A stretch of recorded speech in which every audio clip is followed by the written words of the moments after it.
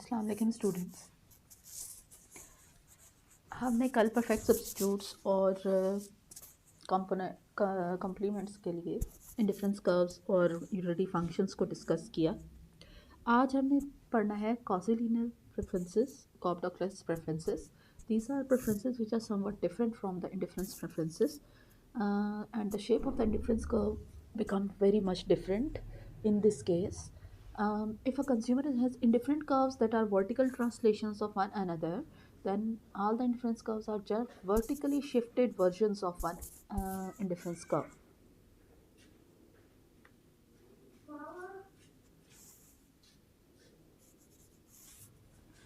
तो हम उसको कॉसिलिनियर प्रेफरेंसेस कहते हैं। अब मतलब इसका ये है कि उसमें एक साइड जो है वो लीनियर होती है और एक नॉन लीनियर होती है। तो इक्वेशन ऑफ इंडिफरेंस कर्व जो है उसकी शक्ल क्या बनेगी हमारी, एक आधा तो वो कांस्टेंट होगा, ठीक है, और आधा जो है वो नॉन लीनियर होगा। मतलब आधे में उसमें कर्वेचर होगा और आधे के अंदर लीनियरिटी होगी। के is a different constant her indifference curve के लिए। जाहिर है आपने यहाँ पे देखा x2 इज इक्वल टू के माइनस वी ऑफ x1। तो के जाहिर है कांस्टेंट है जो कि हर इंडिफरेंस कर्व के लिए डिफरेंट होगा। इसका मतलब ये है कि हर इंडिफरेंस कर्व की जो हाइट है is some function of x1 plus a constant K. Higher the value of a K higher indifference curve, और माइनस साइन जो है वो उसको हमने वैसे ही लिया है, मतलब वो उसमें यूज है। हर indifference curve is a vertically shifted version of a single indifference curve. तो ये शेप होती है इंडिफरेंस कर्व की कि एक तरफ से x2 के लिए अगर आप देखें तो उसके साथ एक्सिस के साथ टच कर रहा है इंडिफरेंस कर्व, और वर्टिकल ट्रांजिशन है एक इंडिफरेंस कर्व दूसरे इंडिफरेंस कर्व की, ठीक है। तो इंडिफरेंस कर्व जो हैं उनको हम के से रिप्रेजेंट करें तो u is the function of x1 x2 is equal to k is equal to v of x1 plus x2। तो इंडिफरेंस कर्व जो वर्टिकल एक्सिस के अकॉर्डिंग रफली जो हम देखें तो वर्टिकल एक्सिस के अकॉर्डिंग उसकी हाइट बनती है, और in this case utility function good 2 में लीनियर है। मतलब गुड 2 के लिए वो लीनियर है और गुड 1 के लिए वो नॉन लीनियर है, इसलिए हम इसको कॉजी लीनियर कहते हैं, पार्टली लीनियर, पार्टली लीनियर।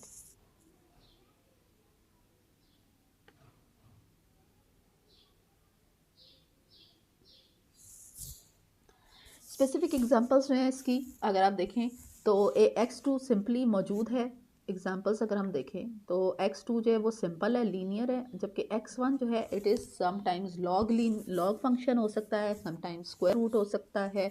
तो ये रियलिस्टिक नहीं होते, लेकिन हम इनको ज़रूर कंसिडर करते हैं कि ऐसा भी हो सकता है।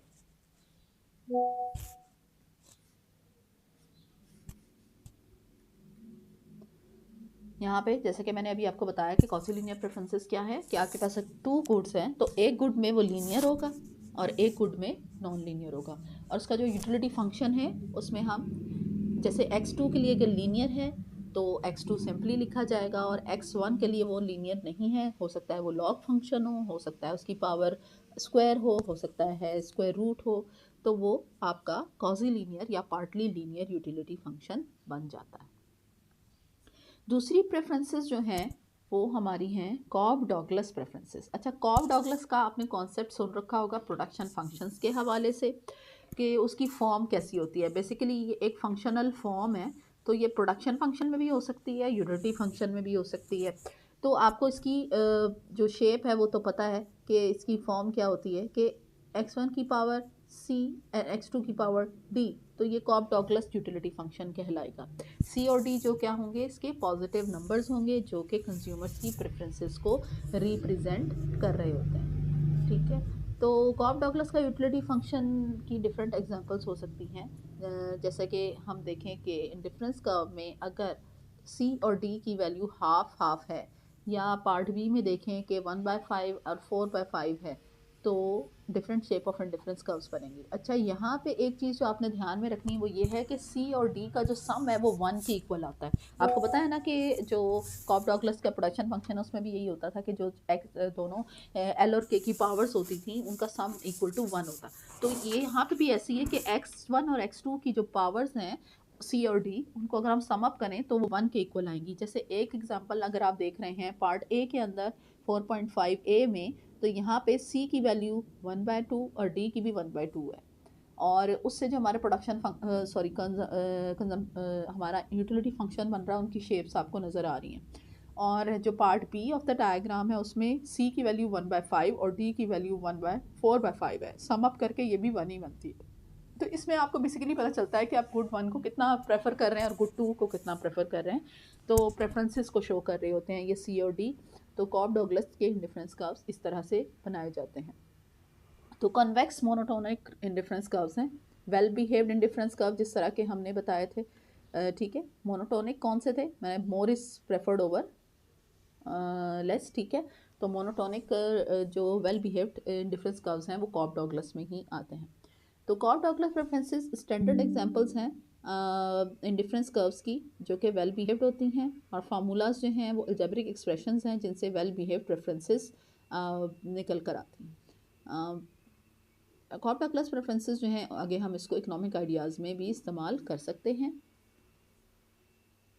Monotonic transformation Cobb Douglas utility function की भी हो सकती है, और उसके लिए हम ट्रांसफॉर्मेशंस जो हैं उसकी एग्जांपल देख सकते हैं। जाहिर है इसकी हम मोनोटोनिक ट्रांसफॉर्मेशन कैसे ले सकते हैं, हम इसके लॉग फॉर्म में ले जाएंगे तो ये लीनियर हो जाएगा। देखें, अगर हम इसका यूटिलिटी फंक्शन का नेचुरल लॉग ले लें, नेचुरल लॉग लेने से क्या होगा कि जो सी और डी हैं वो स्टार्ट में आ जाएंगे, मतलब वो पावर्स नहीं रहेंगे फिर, ठीक है। तो यूटिलिटी फंक्शन जो है वो बिल्कुल पहले ही कॉब डॉगलस फंक्शन जैसा हो जाएगा, और log is a monotonic transformation here, यानी इससे उसकी रैंकिंग में कोई फ़र्क नहीं पड़ा, सिर्फ और सिर्फ उसकी जो फंक्शन है उसकी आपको फॉर्म डिफरेंट नज़र आ रही है, which is monotonic transformation. Second example है तो जैसे कि आपके पास दिया हुआ है सी एंड डी, तो हम ये कह सकते हैं कि यूटिलिटी की जो पावर्स हैं उनको आप सी प्लस डी से डिवाइड कर दें, ये अनदर मोनोटोनिक ट्रांसफॉर्मेशन हो जाएगी इसकी, और उसको आप नया नाम दे दें ए और 1 - ए। तो ये हमारे पास क्या बन जाएगा, एक नया नंबर बन जाएगा ए और 1 - ए। तो वो हम इसको दोबारा से चेंज कर सकते हैं, मोनोटोनिक ट्रांसफॉर्मेशन बना सकते हैं, जबकि एक्सपोनेंट्स का सम रहेगा 1 का 1 ही, ठीक है। जो इसकी पावर्स हैं उनका सम 1 ही रहेगा। तो कॉब डॉगलस यूटिलिटी फंक्शंस की भी मोनोटोनिक ट्रांसफॉर्मेशन बनाई जा सकती हैं जिसमें इसके एक्सपोनेंट्स का सम 1 रहता है, और मुख्तलिफ़ तरीक़ों से हम कॉब डॉगलस यूटिलिटी फंक्शंस को रिप्रेजेंट कर सकते हैं। वो हम आगे ज़रूरत पड़ी तो हम उसको उस तरह से देख लेंगे। अच्छा, जो मार्जिनल यूटिलिटी है उसके बारे में तो आप पहले पढ़ चुके हैं, लेकिन यहाँ पे हम इसको टेक्निकली रिप्रेजेंट करने जा रहे हैं कि marginal utility basically change in utility over change in x1, मतलब गुड 1 की यूटिलिटी जो होगी मार्जिनल यूटिलिटी वो x1 में चेंज की वजह से आएगी, और गुड 2 की मार्जिनल यूटिलिटी जो है वो x2 में चेंज की वजह से आएगी। बेसिकली कंज्यूमर जो है जिसके पास गुड्स का बंडल है और वो x की अगर एक गुड चेंज करता है तो उसको किस तरह से यूटिलिटी में चेंज आता है, ये कॉन्सेप्ट या रेट ऑफ चेंज है वो मार्जिनल यूटिलिटी कहलाता है, ठीक है। तो इसमें हम x2 को जो है वो फिक्स अमाउंट ऑफ x2 को जो है वो फिक्स रखते हैं, यानी x2 में कोई चेंज नहीं है, x1 में अगर चेंज आएगा तो उससे यूटिलिटी में क्या चेंज आएगा, तो वो मार्जिनल यूटिलिटी ऑफ x कहलाएगा। तो बेसिकली हम इसको change in consumption of good जो है उससे रिप्रेजेंट कर रहे होते हैं।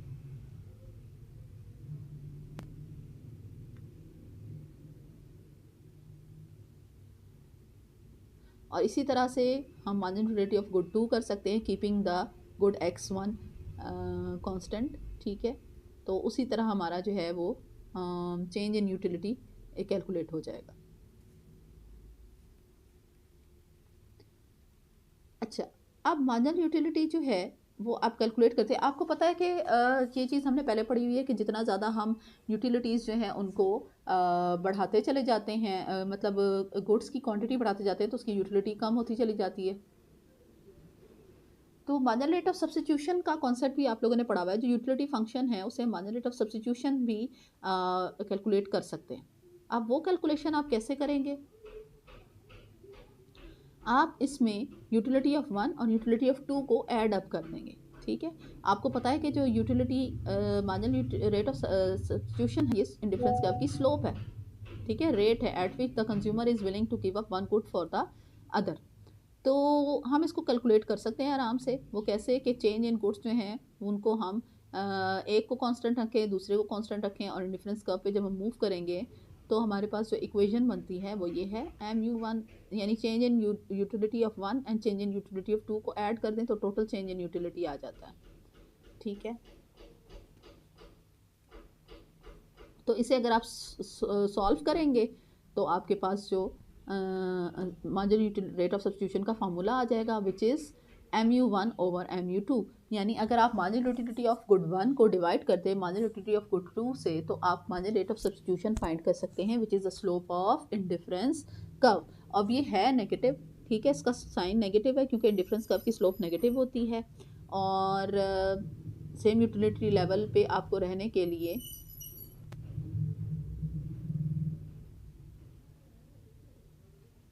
आपको गिव अप करनी पड़ती है some units of good 2 for getting additional unit of good 1। ठीक है, तो यूटिलिटी को हम कैलकुलेट करने के लिए इस्तेमाल कर सकते हैं मार्जिनल रेट ऑफ सब्स्टिट्यूशन को।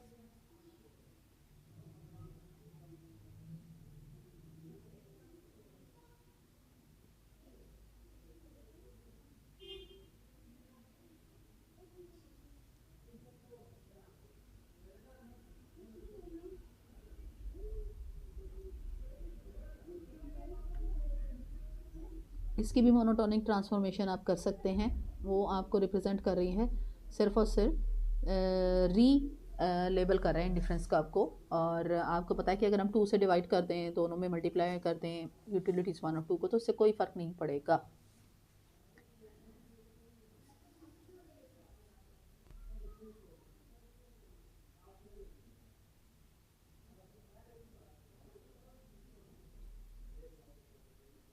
ये यूटिलिटी ऑफ कम्यूटिंग आपने नहीं करना इसमें से, और यहाँ पे आपका ये चैप्टर कंप्लीट हो जाता है मार्जिनल रेट ऑफ सब्स्टिट्यूशन पे। तो नेक्स्ट अब हम जाएंगे बजट कंस्ट्रेंट्स की तरफ, और उसके बाद हम मैक्सिमाइजेशन, यूटिलिटी मैक्सिमाइजेशन का कॉन्सेप्ट जो है वो उनको कंबाइन करके करेंगे। ठीक है, ओके, अल्लाह हाफिज़।